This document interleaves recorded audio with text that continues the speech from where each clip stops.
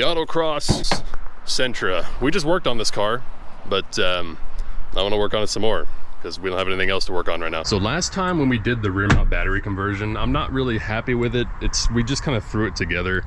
I want to do a couple things. I want to add a solenoid, and I want to put this wire in instead that a friend gave me, so we're going to improve it a little bit. So basically, the Big Daddy wire runs the entire length of the car, unfused, because you can't really easily fuse a big wire like this. So what we can do is install a solenoid that makes it to where this wire is only hot, it only has power going to it when we're starting the car.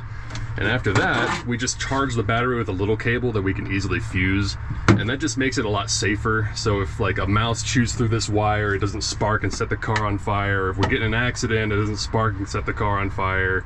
Basically, we're trying to not make it spark and set the car on fire.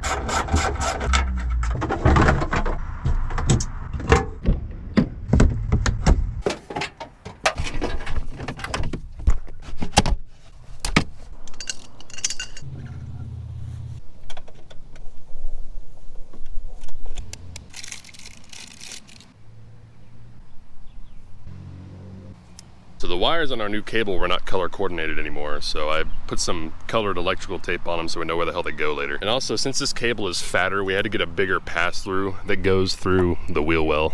So I gotta crawl under the dash and put that in. Fun.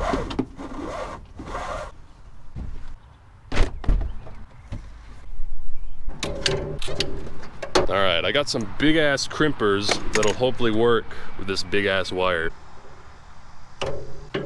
This crimper works mostly. It pinches it kind of weird, but it's on there. All right, so I've had a little bit of a bonehead moment. So with the solenoid in the back, that would indeed make this big wire only hot when the engine's cranking. Okay, good and all, right?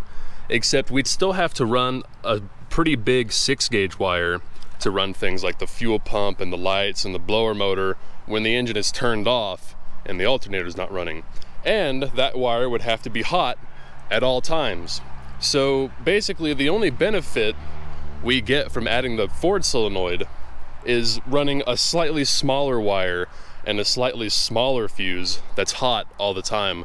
And that's just not worth it. That doesn't sound very much safer to me for the amount of complication it adds. So I think I've changed my mind. I don't think I'm gonna use it. So this thing will probably end up going on a lawnmower or something, I don't know. Okay, so our battery box, no problems there, no changes needed, that works fine. But the issue is with the battery itself. See, when you mount a battery in the cab, you're supposed to have gas vents because batteries emit gases that... Batteries emit gases that you really don't want in the cabin of your car. And this battery doesn't have vent tube slots unless that's these, but they're oblong and I don't want to try to find a hose for those. So this is the battery that came out of the RX-8, and it is a AGM battery, and supposedly these don't need venting. So we can just kind of throw this in there and run this battery, and that's problem solved.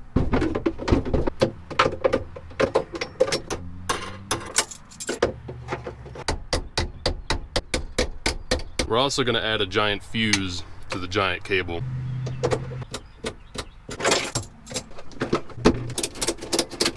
Okay, we've swapped to an AGM battery. We've added a fuse to the giant cable. We've replaced the giant cable with one that has better shielding and more wires, so we can use those for stuff later. And up here, we cleaned up the wiring and also added a beefcake cable all the way to the starter, so hopefully it'll crank faster now, maybe, we'll see. And also the pass-through that we added through the fender well is better than the old one we had.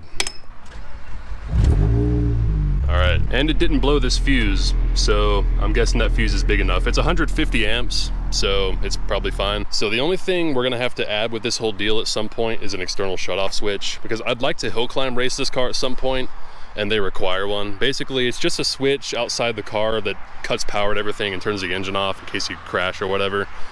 But what they also require is a full cage that we don't have yet, so we'll just do it when we put the cage in the car, whenever that is.